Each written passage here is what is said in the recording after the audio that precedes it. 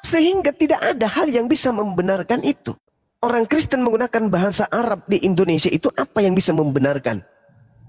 Dia ingin bercakap-cakap, atau dia ingin menghujat, atau ingin menyamanyamakan, atau ingin pamer, atau apa? Tidak ada sisi positif yang dihadirkan kemudian. Kalau dikatakan dia ahli bahasa, dia bisa bahasa Arab dan seterusnya. Lalu buat apa? Kenapa nggak mendalami bahasa kitabnya sendiri? Oke lah kalau dia di Arab, ya sah-sah saja, namanya orang Arab. Adalah seorang Kristen gila kalau dia di Arab, tetapi dia membaca kitab sucinya dengan bahasa Indonesia. Kebalik-balik otaknya berarti. Kalau di Arab menggunakan bahasa Arab, ya memang itu bahasa sehari-hari. Tapi di Indonesia, bahasa Indonesia, di mana kitabnya sendiri bahasa Indonesia, dan original teksnya juga bahasa Yunani, nggak nyambung-nyambung ke bahasa Arab. Jadi hanya ada satu alasan. Apa alasannya? Pertama, 1 Filipi 1 nomor 18. Tetapi tidak mengapa. Sebab bagaimanapun juga, Kristus diberitakan baik dengan maksud mengelabui, menipu, palsu, atau jujur, tetap hal itu aku bersuka cita. Dan aku tetap bersuka cita. Orang tersebut sedang ingin meneladani Paulus, rasulnya. 1 Korintus 9 nomor 20 nomor 21. Demikianlah bagi orang Yahudi, aku menjadi seperti orang Yahudi, supaya aku memenangkan orang-orang Yahudi. Bagi orang-orang yang hidup di bawah hukum Taurat, aku menjadi seperti orang yang hidup di bawah hukum Taurat. Sekalipun aku sendiri tidak hidup di bawah hukum Taurat, supaya aku dapat memenangkan mereka yang hidup di bawah hukum Taurat. Bagi orang-orang yang tidak hidup di bawah hukum Taurat, aku menjadi seperti orang yang tidak hidup di bawah hukum Taurat. Sekalipun tidak hidup aku ini di luar hukum Taurat, karena aku hidup di bawah hukum Kristus, supaya aku dapat memenangkan mereka yang tidak hidup di bawah hukum Taurat. Ini yang sedang dipraktekkan, ini yang sedang dicontoh, sedang meneladani rasulnya. Walaupun aku tidak menyembah Allah, walaupun aku tidak mengkitabkan Al-Quran, tapi untuk supaya memenangkan banyak orang Islam, saya juga berpura-pura menggunakan bahasa Arab. Itu satu-satunya itu. Yang lain gak ada. Apa tujuannya menggunakan bahasa Arab? Tidak ada tujuan selain mengikuti teladan Paulus untuk memenangkan jiwa-jiwa agar banyak yang menyembah kepada Tuhannya Kristen. Itu aja, Bung. Pembenaran apapun secara akademik tidak ada yang bisa kemudian membenarkan, oh dia karena bahasa itu bukan milik sebuah agama. Yes, pahamnya kita. Paham. Tapi apa tujuannya Anda menggunakan bahasa Arab? Kalau bukan untuk meneladani Paulus.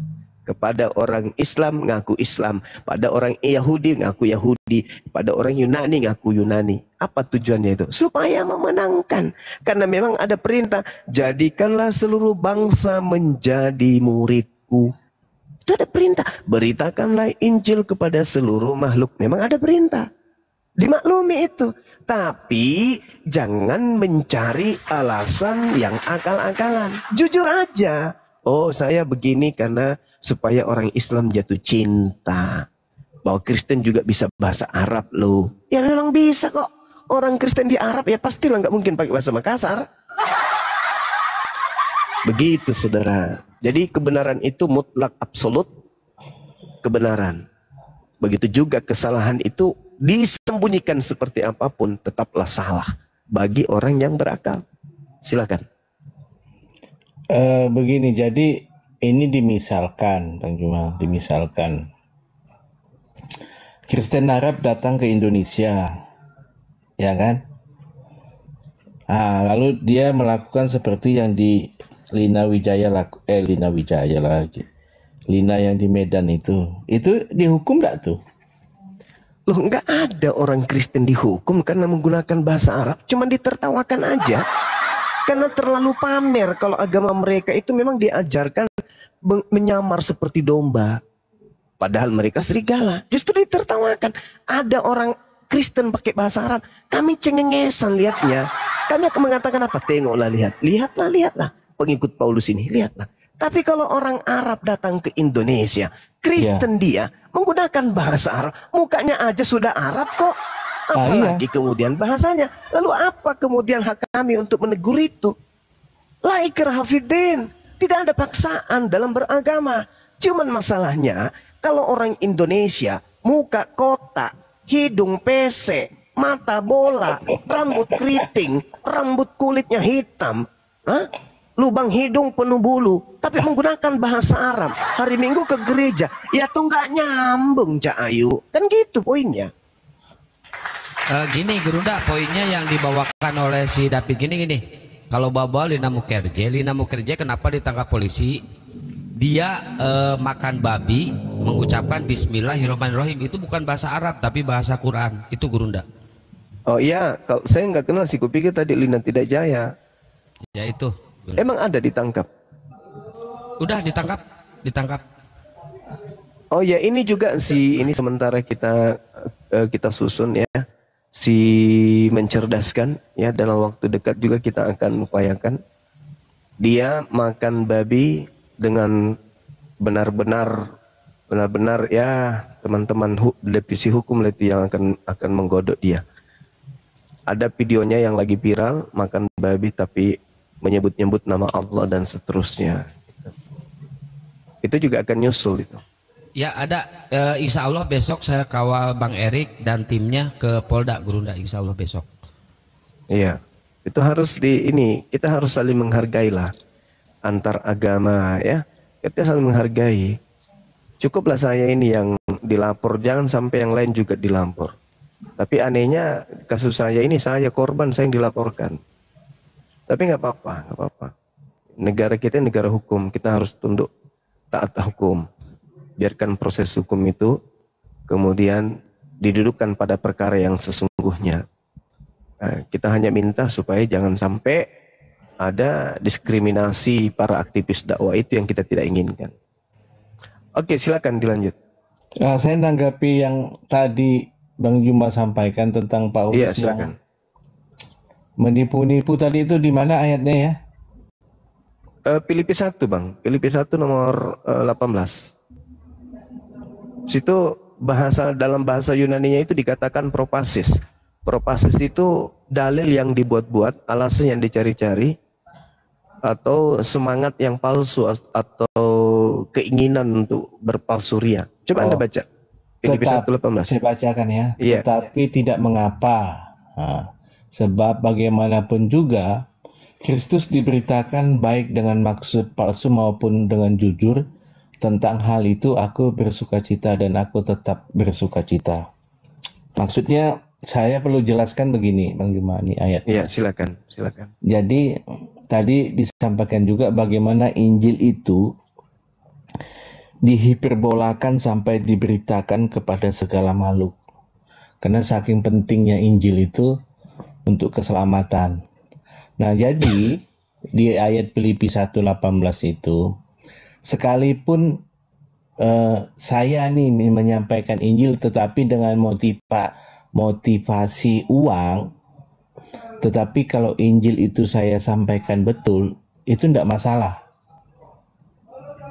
Tetapi jangan sebaliknya, niatnya baik-baik untuk memberitakan Injil, tapi Injilnya salah. Nah, itu celaka. Paham dah ya? Jadi saya ulangi, kalau saya sebagai penginjil, saya memang penginjil. Saya memberitakan Injil dengan maksud mendapat perpuluhan lah, amplop lah, bagaimana gitu. Tetapi Injil yang saya sampaikan itu betul, itu tidak masalah.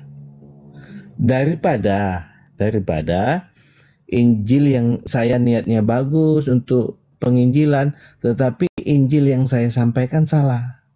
Nah, itu maksudnya apa yang disampaikan seperti itu, Bang Juma. Jadi mengingat betapa pentingnya Injil untuk keselamatan itu, makanya seperti itu. Dengan maksud palsu pun tak apa-apa. Paulus masih bersukacita katanya. Nah, begitu. Jadi bukan untuk tipu-tipu, enggak. Gitu maksudnya. Tapi kalau di sini yang saya lihat itu seperti itu. Bagaimana dengan yang 1 Korintus 9:20 Bang? Itu kan ada kepura-puraan kepada orang pengikut Taurat. Saya mengaku sebagai penganut Taurat meskipun saya tidak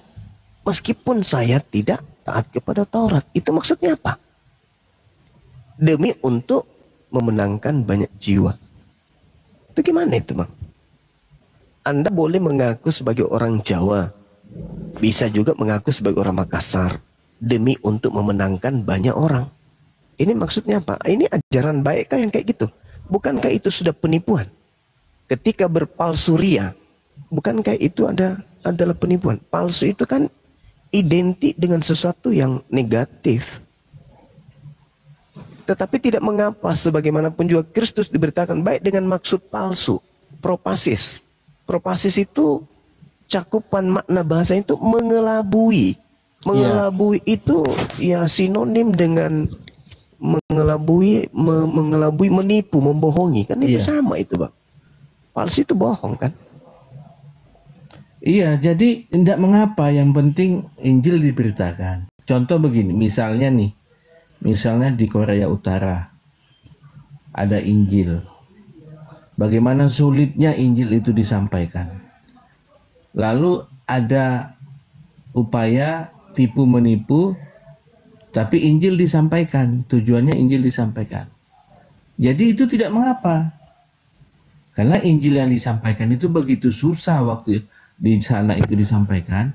Yang penting Injil disampaikan. Misalnya dia membohongi tentara di sana begini begitu ya kan. Tetapi dia menyampaikan Injil. Itu tidak mengapa.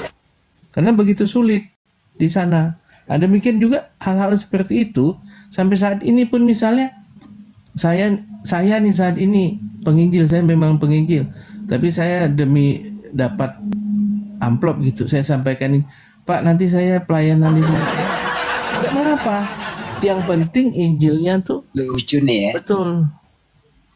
Nah begitu, Pak. Jadi mengingat pentingnya Injil itu disampaikan. Tapi masalahnya bukan masalah pentingnya. Ini masalah Kristus. Kristus diberitakan baik dengan maksud mengelabui maupun dengan jujur. Tentang hal itu aku bersuka cita. Jadi sangat berbeda dengan kami Islam ini. Islam memberitakan tentang Allah, tidak boleh pakai tipu-tipu, tidak boleh mengelabui. Jelaskan aja Islam itu seperti apa. Makanya toa di mana-mana ada di masjid. Kenapa? Tidak ada yang harus ditutupi. Harus diberitakan sesuai dengan makna, dengan cara yang ma'ruf, dengan cara yang baik. Tak boleh dengan mengelabui. Artinya, apalah artinya orang itu masuk Kristen? Kalau itu hasil tipuan. Begitu dia masuk ternyata dia ditipu. Nah kalau di Islam nggak boleh. Apakah Anda sanggup melaksanakan sholat 5 kali sehari? Apakah Anda sanggup puasa selama sebulan penuh?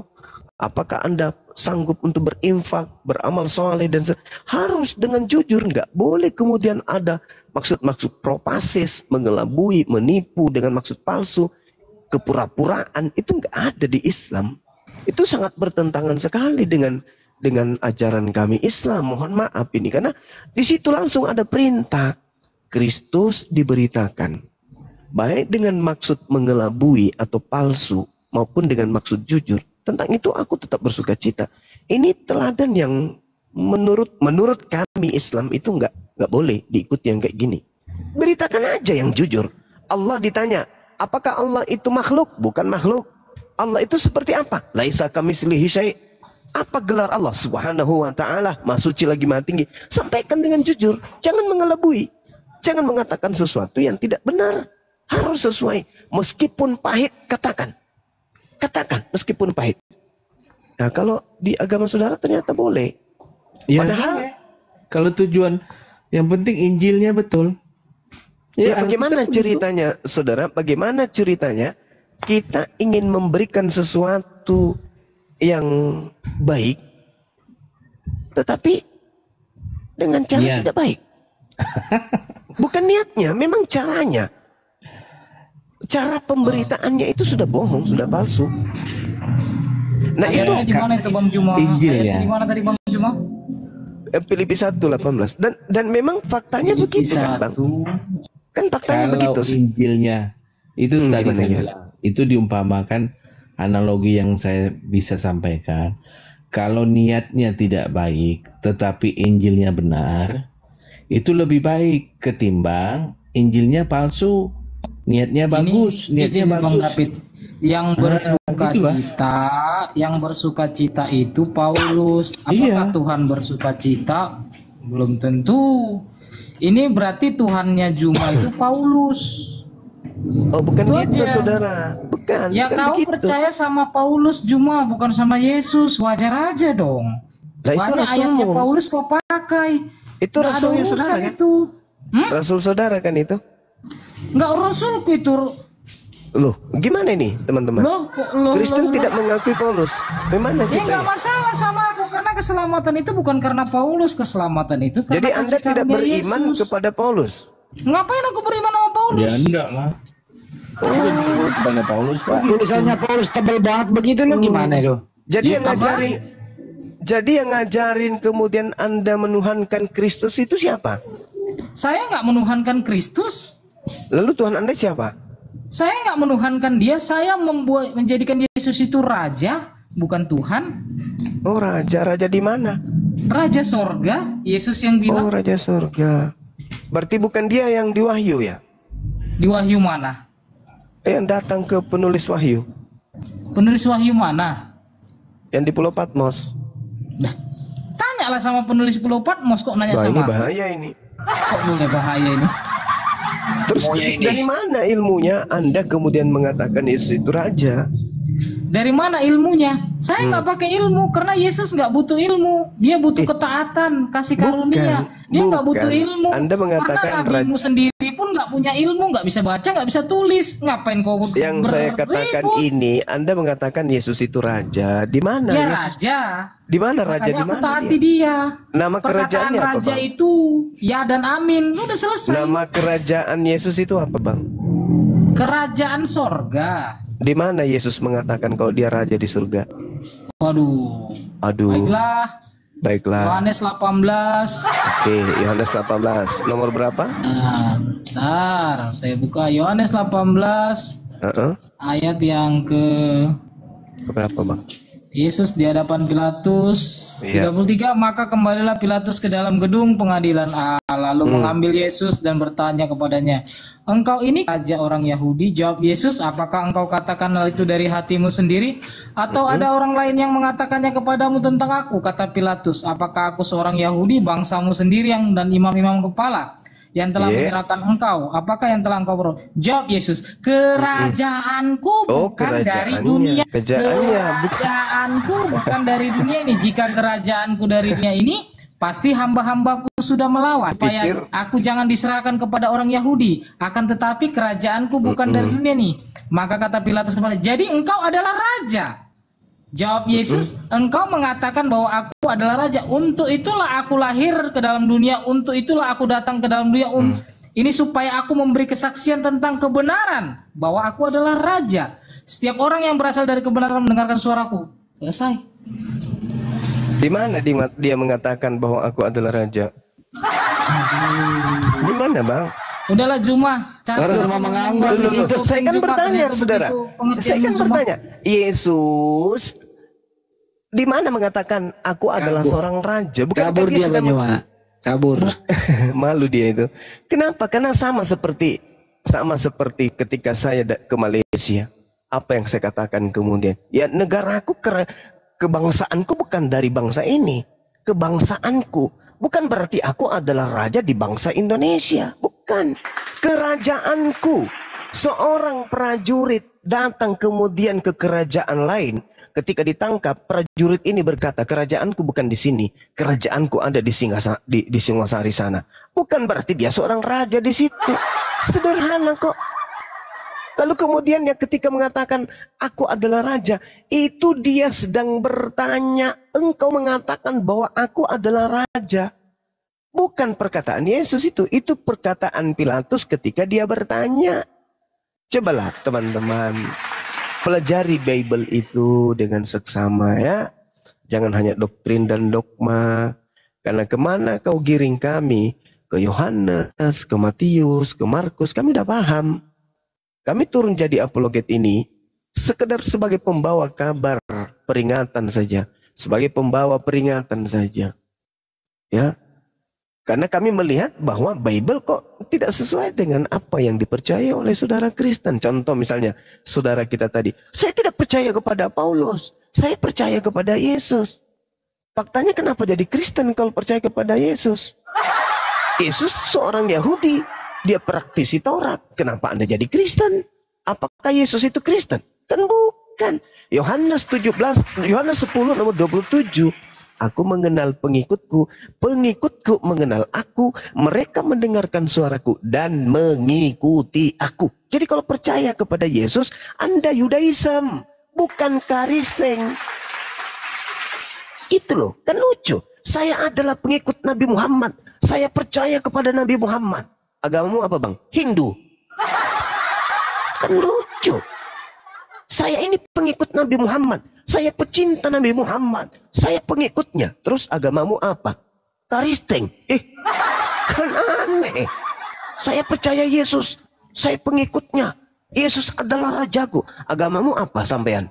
Kristen. Elah. Gimana toh? Yesus Yudaism, dia praktisi Torah. Kok jadi Kristen ente? Nah inilah saudara-saudara, mari kita belajar sama-sama mendalami Bible itu. Ada seorang sahabat saya tadi sore, sudah malam. Saya dari dulu Bang Suma selalu mengikuti abang, tapi saya takut kemudian membuka Bible. Kenapa takut? Saya takut murtad. Makanya Bible itu saya anggap satu benda yang sakral, yang ketika saya buka akan menggoyahkan imanku.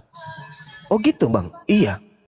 Tapi setelah saya ikuti Bang Suma, kok Bang Suma baca Bible kok semakin hebat dia pemahaman Biblenya. Akhirnya apa? Pelan-pelan dia lirik-lirik Bible. Lama-lama dia baca. Akhirnya dia sudah bisa berbicara tentang data Bible kepada saya secara japri. Lalu dia katakan apa? Bang Suman, ternyata semakin saya baca Bible, semakin tebal iman Islamku. Kutanya, kenapa bisa demikian bang? Ya karena tidak masuk akal apa yang kubaca di situ. Tidak ada yang bisa menguatkan imanku. Tidak ada isi Bible yang bisa membuat goyah iman Islamku. Semakin Bible ku baca, semakin kuat Islamku. Intinya karena yang ku baca itu sesuatu semuanya hal yang bertentangan dengan akal sehatku. Berbeda ketika aku baca Quranku. Berarti Bible itu bukan harus saya takuti. Ya emang. Apa yang ditakuti? Itu kan cuma catatan-catatan yang ditulis oleh orang-orang yang Yesus sendiri tidak mengenal penulisnya. Baca aja berita-berita itu. Itu kan hasil penyelidikan orang. Selayaknya kita baca karya ilmiah, kita membaca satu berita peristiwa, selayaknya itu. Tapi untuk sampai level firman Tuhan, selayaknya Al-Quran itu nggak bisa.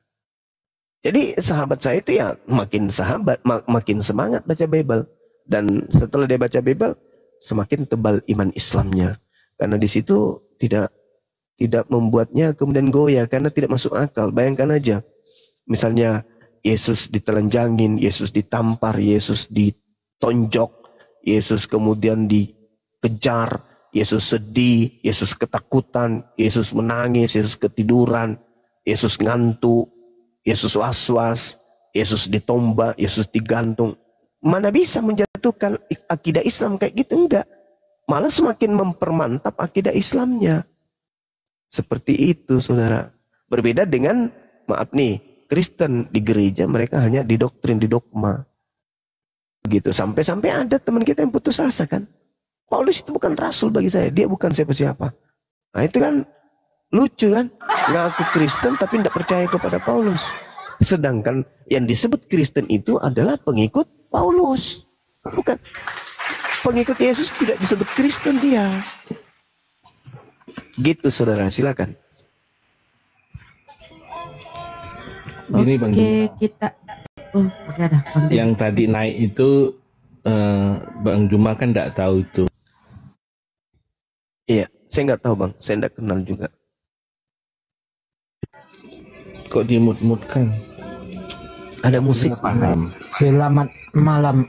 Ada Teman-teman. musik itu Bang David. Musik apa nih? Oh, Di Bang David itu musik, ada musik, kita lagi live di YouTube Bang David. Musiknya dipelanin. Oke, Ya, Akal. Akal. Iya, selamat malam teman-teman. Selamat malam. Malam saudara Akal. Bagus ini namanya. Iya. Ini saya mau bertanya, Ya bang. kalau teman-teman Islam, kalau urutan nabinya yang awal sampai akhir kira-kira siapa aja? Bagaimana urutan nabinya?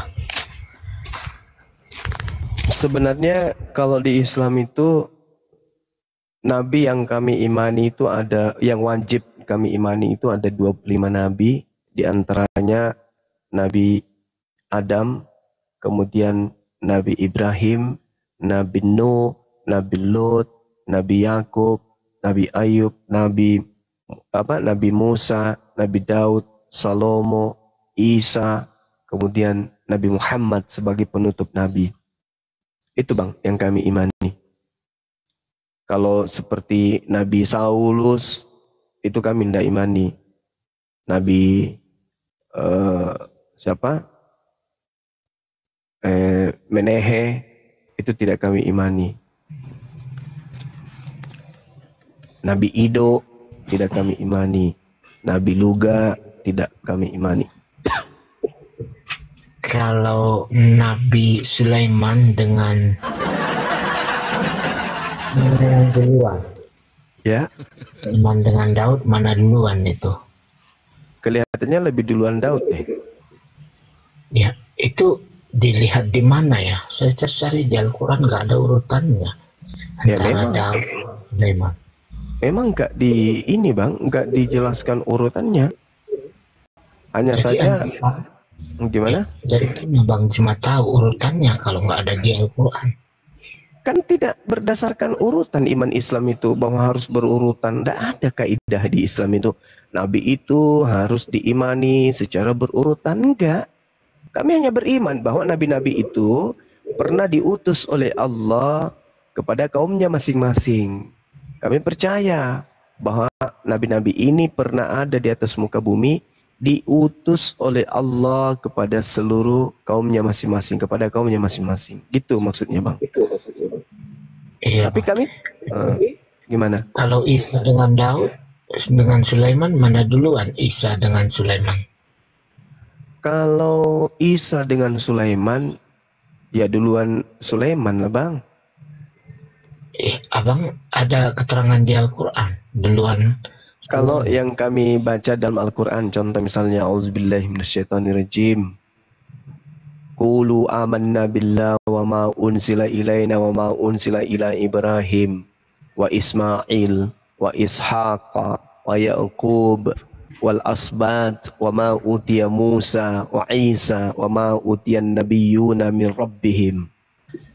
Nah, kemudian kami diperintahkan la nufarriqu baina ahadim minhum. Kami tidak membeda-bedakan seorang pun di antara mereka. Semuanya nabi, orang-orang suci, pilihan Tuhan. Kami tidak harus tersusun nabi ini, nabi ini. Cuman dikatakan dalam Al-Quran, kami beriman kepada Allah dan apa yang diturunkan kepada kami. Dan kami beriman apa yang diturunkan kepada Nabi Ibrahim, Ismail, Ishak, Yakub dan anak cucunya. Dan kepada yang diberikan kepada Nabi Musa, Nabi Isa. Dan yang diberikan kepada nabi-nabi dari Tuhan. Itu aja bang, di iman kami itu kayak gitu. Tidak mesti harus, oh siapa dulu ya yang harus kita imani? Nabi siapa? Enggak ada yang kayak gitu. Oh kita harus beriman kepada Nabi Sulaiman dulu. Enggak boleh kita beriman kepada Nabi Isa sebelum beriman kepada Nabi Sulaiman. Enggak ada kaidahnya. Kayak gitu enggak ada bang. Yang pasti kami beriman kepada mereka nabi-nabi ini. Dan kata Allah, la nufarriqu baina ahadim minhum. Kami tidak membeda-bedakan. Mereka semua adalah nabi maksum. Orang-orang yang dijaga oleh Allah. Berarti tidak diketahui juga ya Abang Juma, kalau Sulaiman itu anaknya Daud, itu bukan, nggak ada hubungannya ya. Maksudnya nggak ada hubungan darah antara Sulaiman dengan Daud. Di kami itu ada ulama sejarah, mereka yang tahu tentang riwayat atau secara histori kenabian. Kalau saya hanya pendebat biasa aja bang, bukan ahli sejarah. Tapi yang saya tahu ketika Anda bertanya tentang iman kami kepada para nabi, ya kami beriman kepada Allah. Dan kami beriman kepada yang diturunkan kepada kami. Dan kami beriman kepada apa yang diwahyukan kepada para nabi. Yang tadi itu Ismail, Ishak, Yakub, dan anak keturunannya. Begitu saudara. Iya, iya.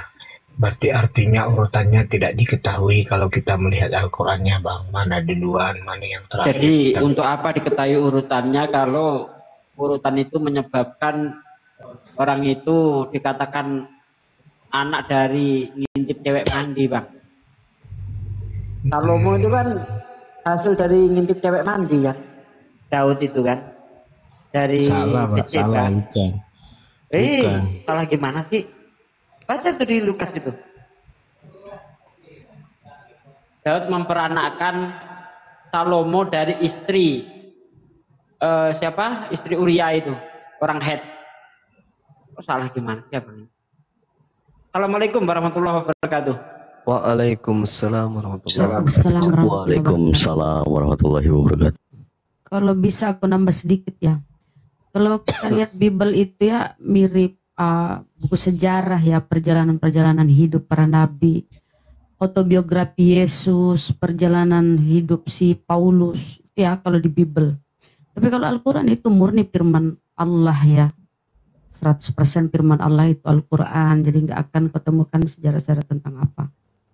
Coba aku mau nanya autobiografi. Kemudian apa lagi tadi ya? Aduh lupa aku.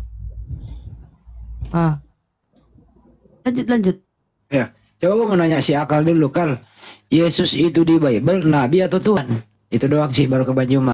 Kal, Yesus itu di Bible nabi atau Tuhan? Diam dulu kau, Pik. Kau ini kalau setiap kau ngomong kok kenapa kau setiap kau ngomong kau gemeter? Kal, Yesus itu di Bible nabi atau ya Tuhan? Tuhan. Kalau di Bukan nabi.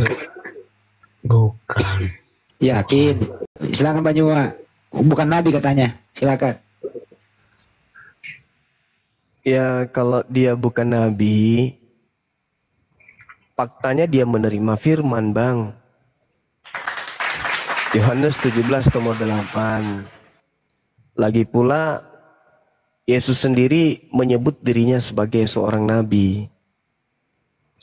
Yesus acap kali mengatakan bahwasanya seorang nabi itu tidak diterima kemudian di tempat asalnya. Itu Yesus sampaikan di Bible Anda sendiri. Sedangkan Yesus tidak pernah menyebut dirinya sebagai Tuhan atau menyebut dirinya sebagai Elohim. Nah, ini bahayanya. Bahkan Yesus juga menyebut dirinya itu sebagai seorang rasul. Matius 6 nomor 4, Yohanes 4 nomor 44, Lukas 24 nomor 19. Di situ Yesus menyebut dirinya sebagai seorang nabi. Itu dalil bang di kitab Anda. Jadi kalau Anda mengatakan Yesus itu bukan nabi, maka akan semakin nampak kalau saudara Kristen ini memang bukan pengikut Yesus. Tapi Kristen ini adalah pengikut Kristus. Kristen bukan pengikut Yesus, tapi Kristen pengikut Kristus. Nah itu yang betul itu. Siapakah Kristen ini? Ya pengikut Kristus. Kristus yang mana yang diikuti oleh Kristen? Kristus yang bukan nabi. Nah, lucu kan? Benang merahnya itu akan sampai ke sana. Bahwasanya setelah Yesus terangkat ke langit, Yesus menubuatkan akan datangnya penyesat yang bergelar Kristus. Itu bang, berat itu. Materi itu berat. Materi yang sangat berat untuk orang Kristen. Iya, tapi begini ya bang, sepengetahuan saya memang sebutan Yesus itu banyak. Ada juga yang mengatakan dia nabi begitu. Tetapi siapa sebenarnya Yesus? adalah Tuhan. Jadi Tuhan ini berikan dia. sebutan untuk menegaskan keilahian Yesus. Jadi dalam Kena perjanjian dia di baru sini. Kena di Yesus situ sering kena. disebut sebagai Tuhan oleh para pengikutnya. Nah, itu. Ada dua kemudian. Menurut pengetahuan saudara, apakah iblis itu ingin dituhankan? Itu ingin saya tahu secara jujur berdasarkan Bible. Iya, kalau berdasarkan Bible, iblis itu ingin disembah, Bang. Iblis selalu menyatakan ingin disembah, begitu. Makanya Yesus tidak pernah saya temukan, sembahlah saya, katanya tidak pernah.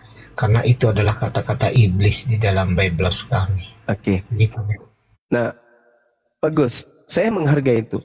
Ketika kemudian di dalam Matius 4, cerita-cerita yang dituliskan kemudian oleh penulis Matius, kemudian Yohanes 8, pengakuan Yesus di mana iblis juga mau disembah dan seterusnya. Artinya kita sepakat bahwa iblis ini memang ingin dituhankan. Iblis ini memang ingin disembah. Pertanyaan saya, apakah Yesus mau dituhankan, mau disembah? Itu dulu. Apakah selama 33 tahun Yesus mengajar Injil di tengah-tengah Bani Israel, ada dia menginginkan dirinya diibadahi, ada menginginkan dirinya untuk disembah, dituhankan? Adakah? Selama saya belajar Bible, saya tidak pernah menemukan Yesus itu pernah kemudian menginginkan dirinya disembah.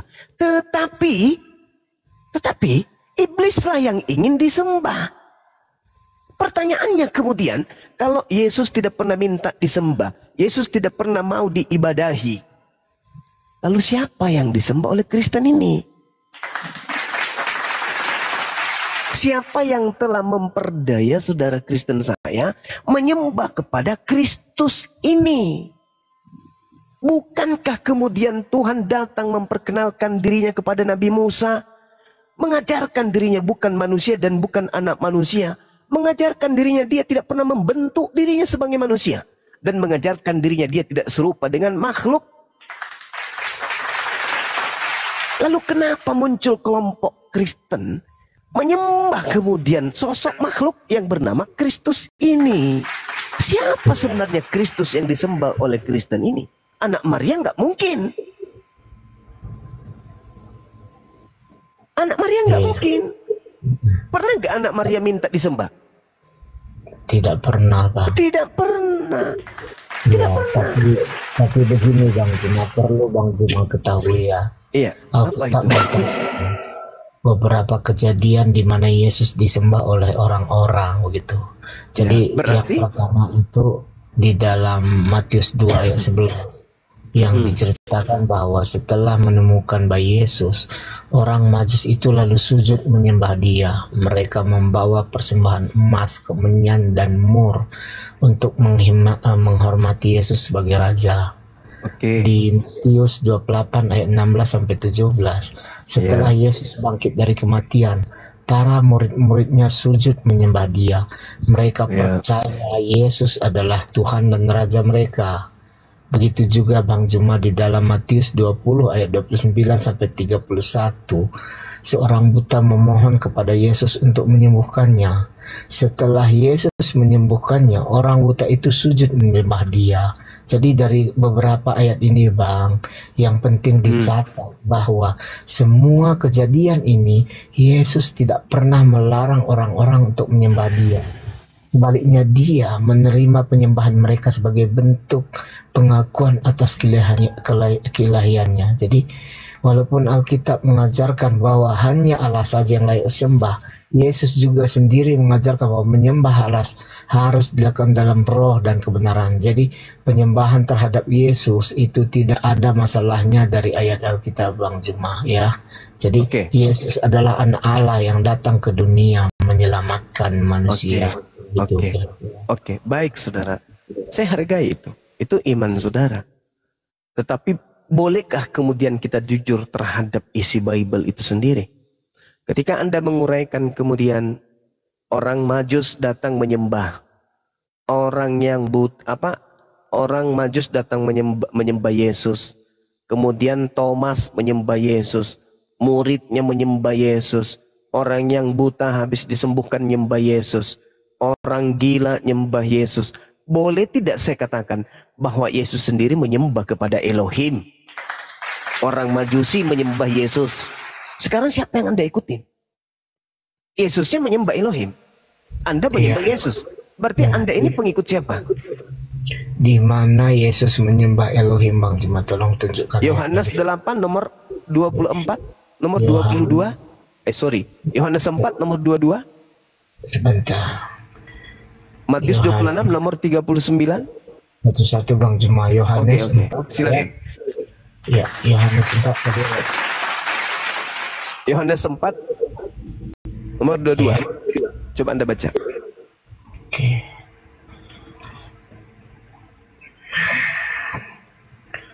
Jadi Yohanes 4 ayat 22, kamu menyembah apa yang tidak kamu kenal, kami menyembah apa yang kami kenal, sebab dari bangsa Yahudi. Jadi sebentar ya Bang Jemaat. Jadi dalam konteks ini kan Yesus sedang berbicara dengan perempuan Samaria ya. Jadi perempuan Samaria itu menyembah Gunung Gerizim, tempat Yesusnya memiliki kuil mereka. Jadi Yesus sebagai orang Yahudi menjelaskan bahwa keselamatan bangsa datang dari bangsa Yahudi. Karena Yesus menyembah. Yesus menyembah di situ. Jadi Yesus mengatakan kami menyembah apa yang kami kenal. Dia mengatakan bahwa orang-orang Yahudi menyembah apa yang mereka termasuk kenal. Dirinya kan? Karena bukan termasuk Bang Jemaat. Karena Yesus di sini nah, ini kerja iblis ini. Ini iblis ini yang sedang berkarya ini. Yesusnya menyembah, Bung. Yesusnya menyembah. Anda baca itu. Dia berdoa semalam-malaman. Yesus bersujud di dalam beribadah, mengangkat tangannya memohon kepada Tuhannya. Kok Anda katakan dia tidak menyembah? Anda ingin mengatakan Yesus ateis? Bukan Bang Jemaat, tetapi kejam kali Anda memfitnah Yesus. Yesus itu kan anak Allah, ya kan? Loh, jadi Anda ngerti nggak anak Allah itu? Anak Allah itu artinya hamba Allah. Wah, ini Bang Juma ini salah. Kalau hamba, Anda baca Kisah Para Rasul 4 nomor 30, Yesus disebut sebagai hamba yang suci. Gimana ini saudara? Sebagai hamba. Karena Sekali Yesus lagi, melakukan kehendak Bapa. Ya itu berarti dia menghambakan diri. Yang namanya hamba itu, Bang, menghambakan diri. Artinya menundukkan diri, tunduk kepada perintah majikan. Yesus tunduk gak kepada perintah majikannya? Tunduk, berarti dia hamba. Ya, bukan majikannya Bang Juma, tetapi bapaknya. Bang Juma ini salah. Ya, oke, maaf kalau gitu. Nah sekarang begini, Anda mengatakan Anda menjadi pengikut Yesus karena menyembah Yesus tidak pernah marah. Disembah tidak pernah marah. Nah, Anda kemudian mengikuti siapa? Mengikuti orang Majus. Kenapa tidak mengikuti Yesus? Sedangkan di dalam pola Matius ini, polanya, di situ diceritakan dengan sangat jelas bahwa iblis mengatakan apa? Ketika iblis membawa Yesus ke atas gunung yang sangat tinggi, lalu iblisnya memperlihatkan kemudian kerajaan dunia, memperlihatkan kemegahan dunia. Lalu iblis berkata, wahai Yesus, semua itu akan kuberikan kepadamu jika engkau sujud menyembah aku. Berarti iblis ini mau disembah kan? Sedangkan Yesusnya sendiri mengatakan waspadalah kepada penyesat yang datang kepadamu mengaku Kristus. Kristen pengikut Kristus. Kristen menyembah Kristus. Siapa yang mau disembah selain daripada Tuhan? Iblis kan? Bukankah Tuhan itu yang di langit, yang di surga? Dan Tuhan tidak pernah bergelar Kristus. Tetapi kalian menyembah Kristus. Sedangkan Yesus mengatakan waspadalah kepada penyesat yang mengaku Kristus. Allahu Akbar, Masya Allah. Saya bukannya ingin menyudutkan, enggak. Saya hanya ingin menggelitik. Sangat disayangkan kalau hidup di zaman sekarang yang begitu modern, kita bisa mengakses semua informasi dengan mudah. Sudah begitu bertemu dengan teman-teman Islam kita nih. Yang ikhlas belajar Bible, memahami Bible, lalu mengajarkan kepada kita Bible. Kita mau sesat itu susah ketika kita menggunakan akal. Kenapa?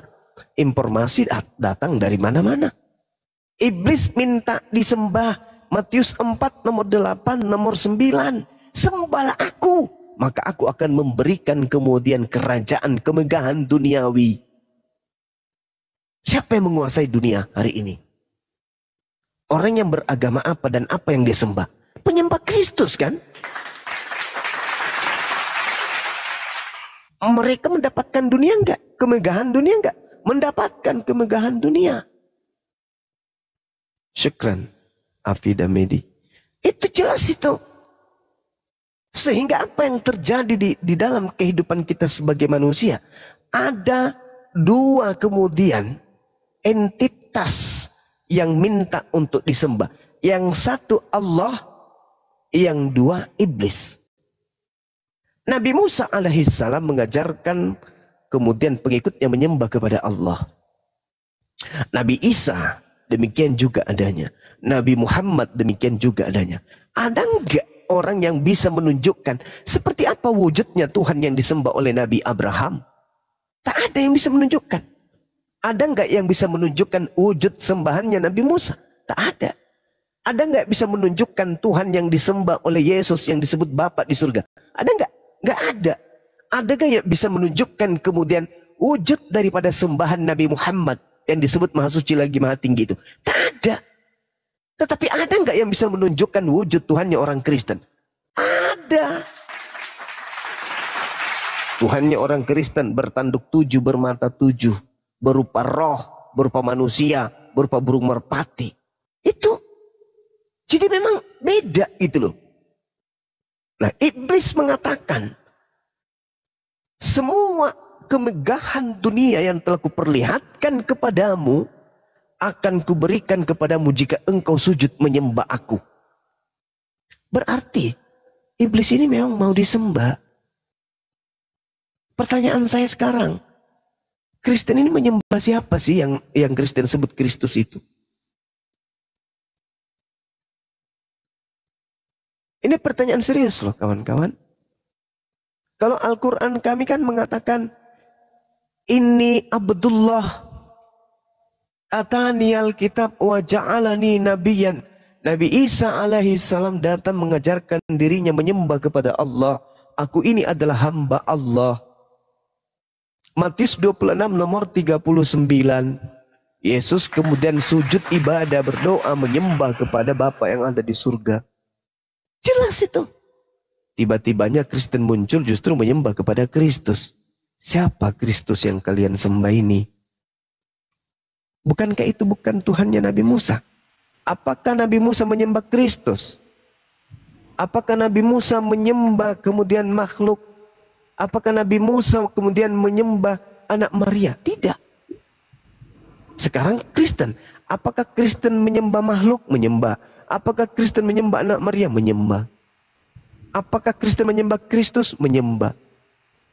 Sama enggak sembahannya? Beda. Nah ini saatnya kemudian saudara-saudara saya Kristen untuk menyadari itu. Bukan saya mau menghina, bukan mau menyudutkan, tidak. Tapi ego dalam beragama, tapi agama yang kita anut itu salah, itu akan membuat kita menyesal di surga, di kehidupan berikutnya nanti di neraka. Islam juga begitu, bukan cuma Kristen. Islam mengatakan imannya benar. Kristen juga mengatakan imannya benar. Tidak mungkin dua-duanya benar kan? Pasti satu yang benar, satu yang salah. Nah apa tolak ukur sebuah kebenaran? Akal. Apapun itu. Ketika polisi melakukan penyelidikan, maka untuk menemukan inti kebenaran itu akal. Ketika TNI kemudian melakukan operasi, maka keberhasilan operasi itu adalah akal. Ketika seorang guru kemudian mengajar, keberhasilan murid-muridnya itu karena akal. Ketika siswa kemudian ingin berprestasi, maka prestasi itu raih dengan akal. Semua kemaslahatan kehidupan manusia sampai kepada titik kesempurnaan ketika akal. Berarti iman pun kudu wajib akal.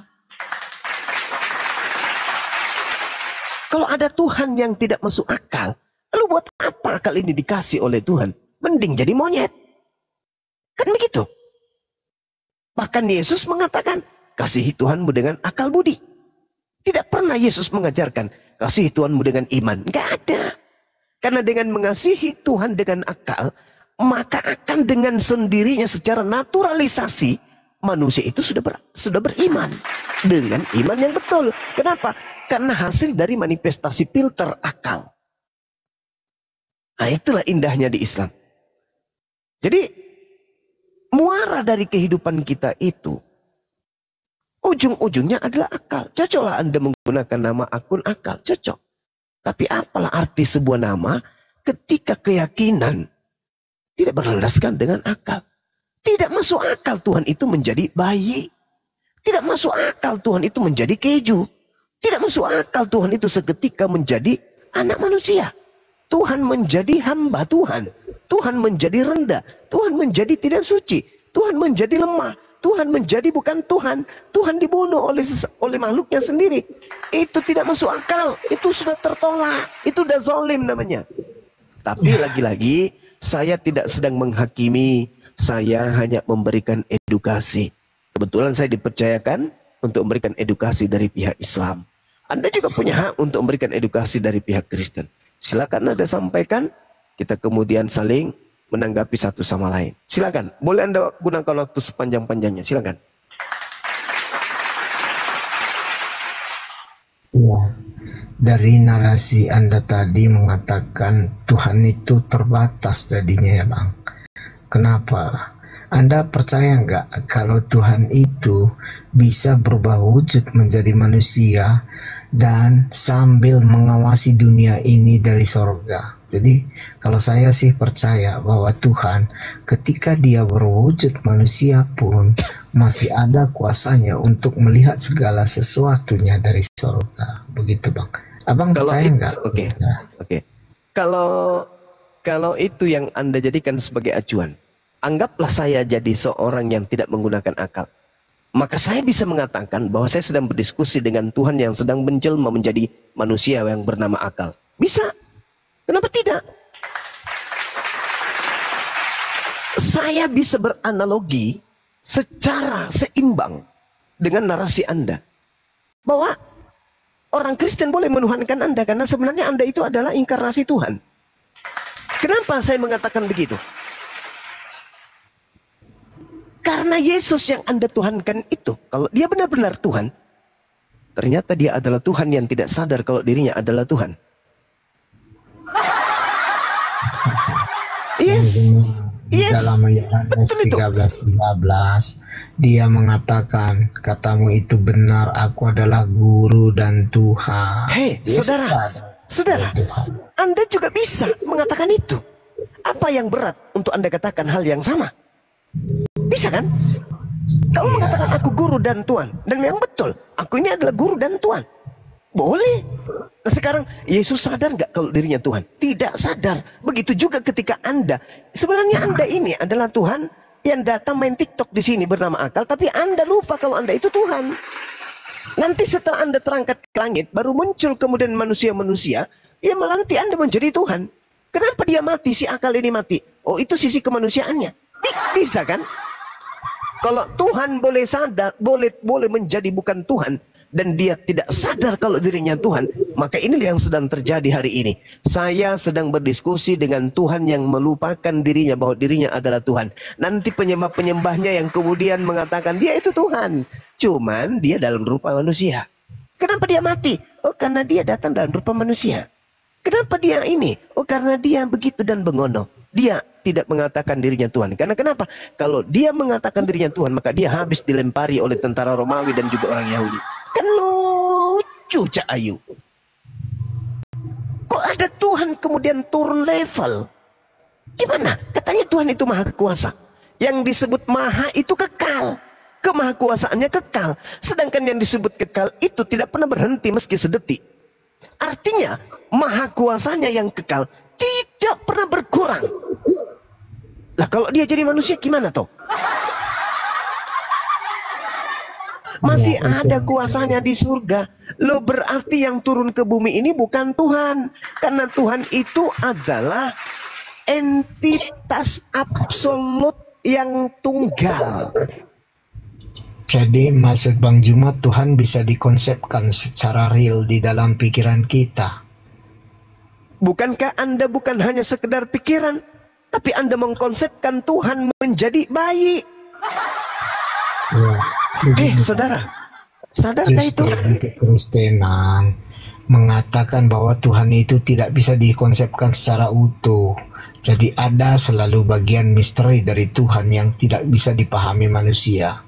Itu makanya di kekristenan mengatakan iman yang Tritunggal. Kenapa? Di dalam itu ada 3 pribadi yang dapat dibedakan, tidak dapat dipisahkan. Artinya apa? Iman kekristenan itu mengatakan Tuhan itu maha kuasa ketika kami mengakui bahwa kami tidak dapat mengkonsepkan Tuhan itu secara utuh. Oke. Gitu. Kalau Anda kan mengatakan Tuhan itu satu, tidak bisa dibagi dan tidak serupa dengan apapun. Artinya Anda sudah mengkonsepkan Tuhan di situ. Begitu. Oke, saudara, baik. Sekarang begini. Kalau Anda mengatakan Tuhan itu 3 pribadi, dari aspek mana Anda bisa mengatakan bahwa Tuhan tersebut 3 pribadi? Pribadinya 3. Dari konsep apanya? Fisik? Atau apa ini? Apanya? Apanya? Apa yang membuat Anda berpikir Tuhan itu memiliki 3 pribadi? Dari aspek apa? Sampai dipantau atau ditinjau atau diimani dia 3 pribadi? Dari aspek mana? Keberadaannya? Kehendaknya, wujudnya, atau apa yang membuat Anda menggiring opini bahwa Tuhan itu 3 pribadi? Dari aspek apa Anda menilai ini? Kenapa nggak 1000 pribadi atau 1 miliar pribadi? Nah, apakah kita butuh 1 miliar pribadi atau 2 pribadi atau 3 pribadi saja? Mari kita lihat. Anda melihat dari aspek mana sampai Anda mengatakan Tuhan itu 3 pribadi? Iya. Ketika saya mengatakan Tuhan dalam 3 pribadi, artinya apa? Tuhan menunjukkan dirinya kepada manusia di dalam 3 cara. Yang pertama,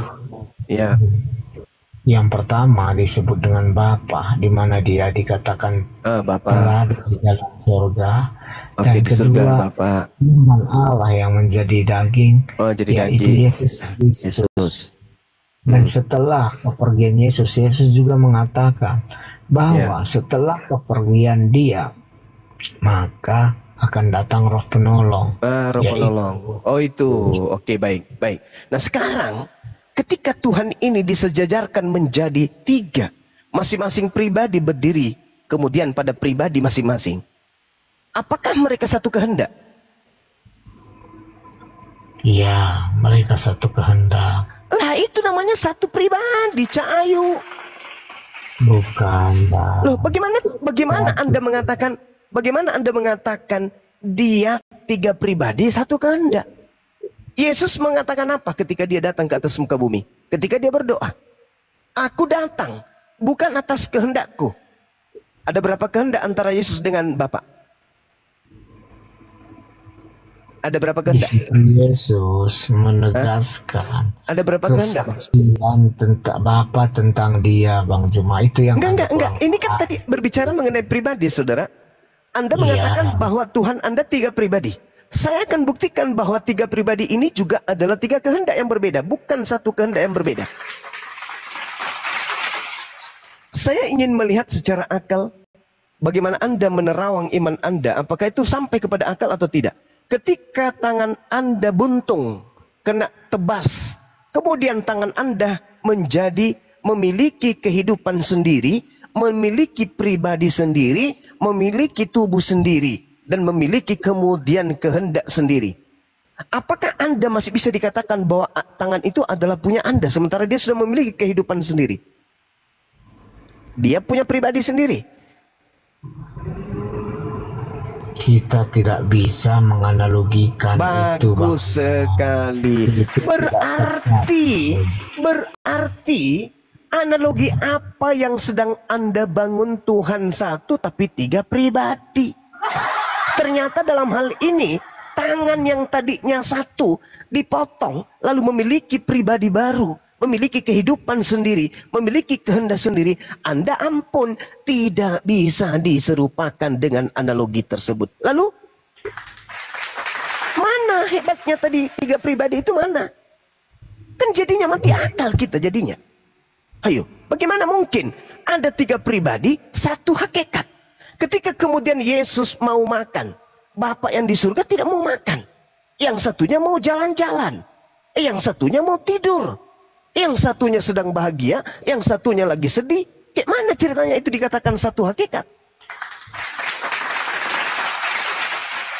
Itu bukan 1 hakikat, saudara. Tapi 3 entitas yang berbeda. Dengan konsep kepribadian yang berbeda dan kehendak yang berbeda. 1 adalah Tuhan, 2-nya adalah makhluk.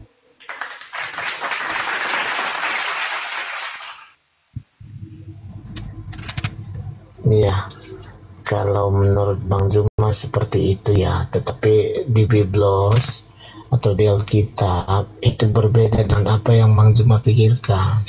Oke. Jadi begini sedikit. Ketika Yesus telah bangkit dan naik ke surga, dia menjanjikan Roh Kudus. Jadi Roh Kudus ini juga bagian dari diri Allah sendiri. Begitu. Jadi makanya Yesus pergi baru datang Roh Kudus. Di situ kita harus berpikir agak kritis. Kenapa sih mesti Yesus pergi dulu baru Roh Kudus itu datang? Kan seperti itu. Artinya perbedaan yang ada di dunia ini itu hanya ada satu gitu. Jadi ketika Yesus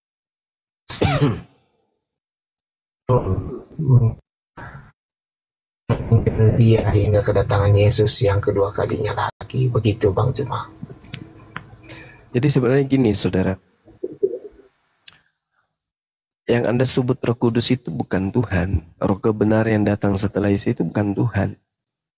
Kenapa bukan Tuhan? Karena roh kebenaran atau roh penghibur yang datang atau Roh Kudus yang datang setelah Yesus itu tidak berkata-kata dari dirinya sendiri. Bagaimana mungkin ada Tuhan tidak berkata-kata dari dirinya sendiri? Bukankah Tuhan itu maha berkata? Penguasa itu seenak dia. Mazmur 33 nomor 9. Innama amruhu ita arada syai'an ayyakula lahu kun fayakun. Sedangkan yang datang di dalam Yohanes 16 nomor 13-14. Apabila Roh Kudus itu datang, dia tidak berkata-kata dari dirinya sendiri. Melainkan apa yang didengarkan itulah yang disampaikan. Berarti dia juga pesuruh. Dia juga hamba. Posisinya sama seperti Yesus berarti. Kenapa Anda tidak menggunakan dalil seperti agama politeisme atau animisme yang lain? Mereka sampai Tuhannya itu sampai ribuan. Kenapa tidak gunakan itu aja, Bang? Ada Tuhan yang menjaga sawah, padi, kebun duren. Ada Tuhan yang menjaga kemudian empang, tambak lele. Lain lagi yang menjaga tambak buaya. Ada juga yang menjaga kemudian gunung. Ada yang menjaga sawah. Ada juga Tuhan yang menjaga petir. Ada juga menjaga awan. Ada yang mengatur ritme hujan. Ada juga yang mengatur ombak. Ada yang mengatur angin. Ada yang mengatur kemudian jabatan, daratan. Kenapa Anda tidak seperti itu? Biar lengkap, saling melengkapi satu sama lain. Sayang kalau cuma 3. Sayang. Kenapa? Karena Yesus ketika dia datang, dia mengaku, Yohanes 5 nomor 30, aku tidak dapat berbuat apa-apa dari diriku sendiri. Nah ini Tuhan harus di-backup lagi dengan Tuhan yang lain. Kenapa harus kurang, Bang? Coba, ketika Yesus mati, apa kata orang Kristen? Ya kami kan masih ada Bapa di surga. Nah, kalau di bumi Yesus mati, sampaikan aja ada di planet Mars yang siaga 1, ada yang di Pluto sudah siap-siap meluncur kalau ada apa-apa dengan Tuhan yang ada di bumi ini. Bilang aja kayak gitu. Biar sempurna gitu loh. pemahaman akal-akalan Anda dalam konsep bertuhan. Ketika Tuhan saya mati, masih ada dua cadangan. Kapan ada yang terjadi huru hara besar, maka Tuhan yang senior akan turun. Kayak gitu. Tapi apakah seperti itu ajaran Yesus? Tidak, saudara. Tidak. Yesusnya dalam Yohanes 17 jelas mengatakan, hidup kekal itu adalah mereka mengenal Engkau satu-satunya Tuhan.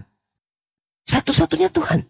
Dan pada saat Yesus mengatakan, Engkau satu-satunya Tuhan, pada saat itu aku adalah utusan. Jangan diganggu gugat satu-satunya Tuhan itu dengan mencampur adukkan. Masuk Yesus juga di situ sebagai Tuhan, sebagai pribadi yang satu hakikat dengan yang satu-satunya. Tidak. Siapa yang ngajarin itu? Cuman sekarang ini adalah yang perlu dipahami. Ada satu kekuatan di atas muka bumi ini yang ingin dituhankan, yaitu iblis. Matius 4, nomor 8, nomor 9. Itu yang saya uraikan tadi. Lukas 4, nomor 6. Bagaimana iblis kemudian mengatakan, aku memiliki kuasa di dunia ini dan aku berkuasa memberikan kepada siapapun yang aku kehendaki. Matius 4, nomor 8, nomor 9. Siapa yang menyembahku, maka aku akan memberikan apapun yang mereka butuhkan. Kemegahan dunia ini akan kuberikan kepadanya. Kan ada yang sanggup memberikan kemegahan dunia ini, yaitu iblis. Nah, bisa ndak iblis itu mengaku Kristus? Itu pertanyaan saya.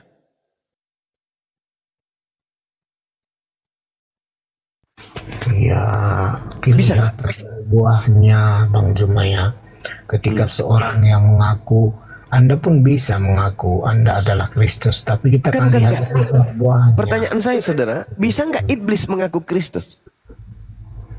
Belum pernah terjadi, Bang, cuma iblis mengaku Kristus. Matius 24, nomor 4, nomor 5.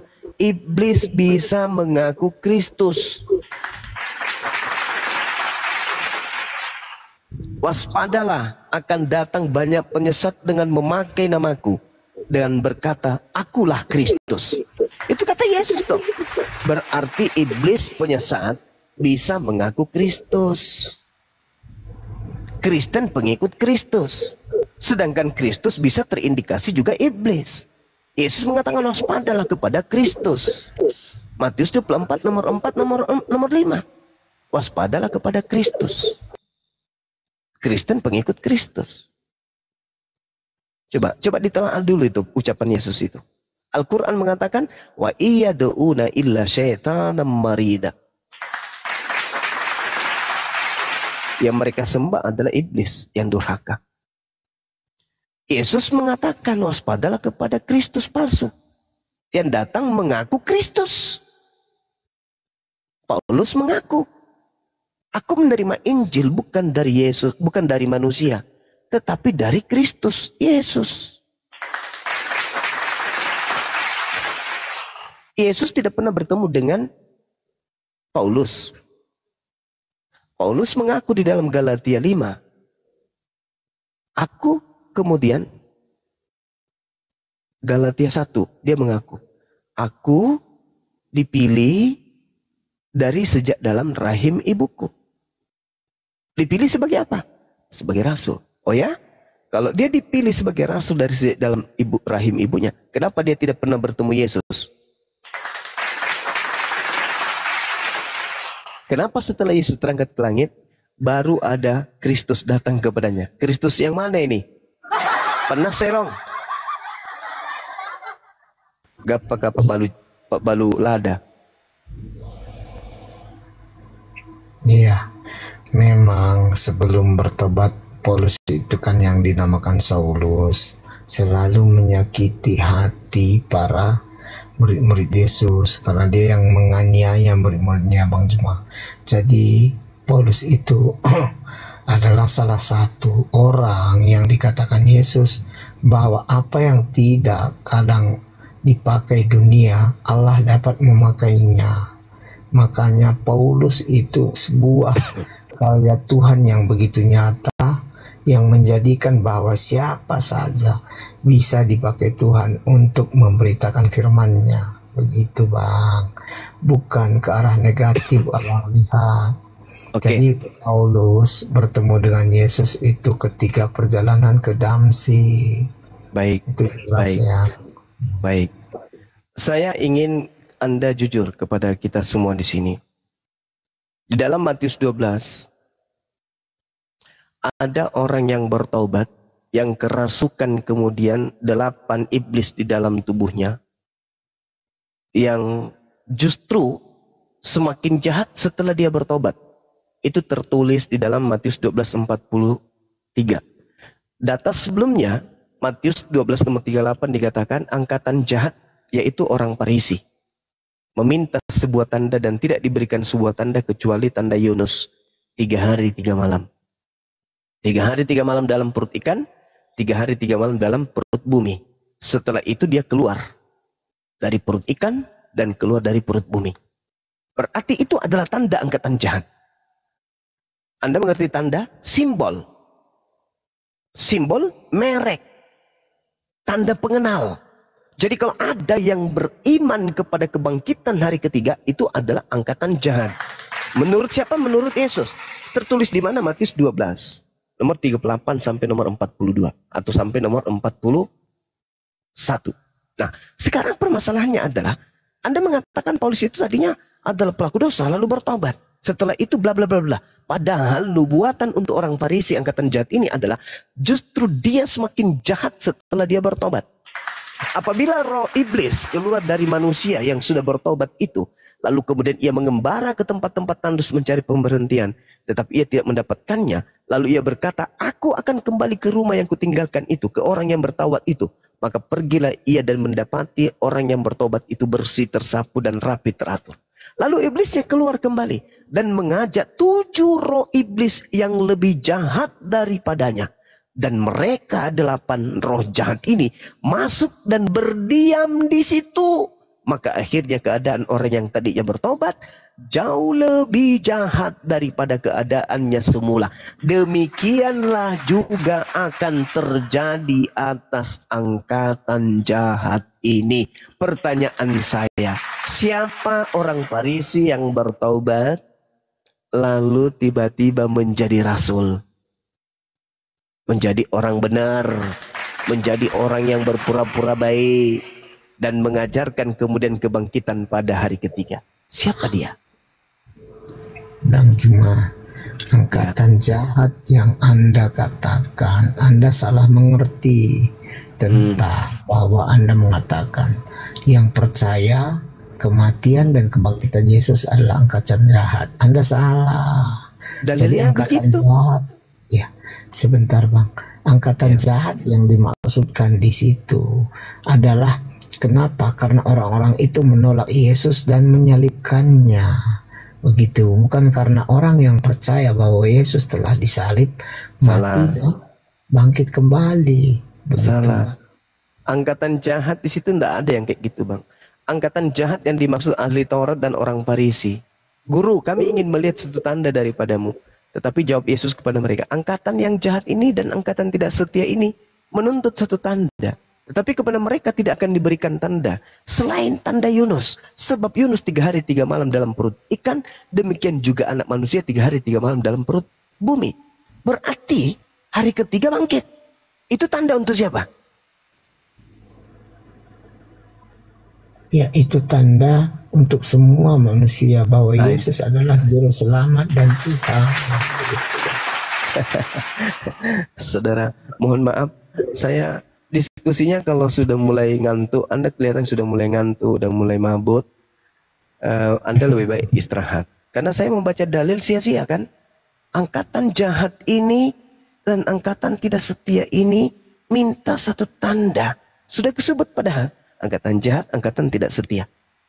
Angkatan jahat bertobat. Angkatan jahat kerasukan 8 iblis dalam tubuhnya. Angkatan jahat jauh lebih jahat setelah dia bertobat. Itu dalil, Bung. Pertanyaannya, siapa yang percaya hari kebangkitan pada hari ketiga? Kristen. Itu tanda untuk siapa? Angkatan jahat, bukan? Oke, saudara, silakan Anda istirahat dulu. Anda tidur, kelihatannya Anda lelah, tapi saya harap semoga Allah memberikan hidayah kepada saudara. Sahabat-sahabat yang ada Ada di yang sini. mau syahadat katanya Guru Nda? Iya, kami udah dijanjian dari tadi sore, Abang. Jadi saya harus bergeser sejenak. Setelah itu insya Allah kembali kita ke sini ya. Siap. Atau gini aja, kita geser aja ke sana. Geser aja ke sana. Ya penonton semua ke api sumut ya penonton. Semua ke api sumut. Ya teman-teman kita geser ke api sumut dulu ya. Ada yang mau syahadat. Tunggu ya, mana di api sumut nih? Oh saya nggak berteman ya. Oh, api sumut, api sumut, api sumut. Harus diketik nih. Oh enggak berteman sama api sumut. Gimana? Nakal juga kan? Enggak, di akun baru. Akun baru saya Panjuma. Oh kan baru. Nah, apa kebanyakan? Aku udah nyampe di sana. Oke, sip. Ya Ustadz Alif. Saya belum berteman ternyata Bang Andi. Geser yuk. Panjuma nanti habis ini. Panjuma nanti habis ini Bang Dino nanti saya antar permintaannya ya. Apa Bang Andi? Baru tidur kita. Oke. Ayo ke api sumut. Ya, semua ke api sumut teman-teman. Ditunggu di sana ya. Di sini tutup aja biar di sana ngeremein, menyaksikan yang bersahadat di sana ya. Kita harus jadi sebagai saksi teman-teman. Oke? Baik, saya. Siap, kita rungkat aja di sini Guru Nda. Izin. Baik.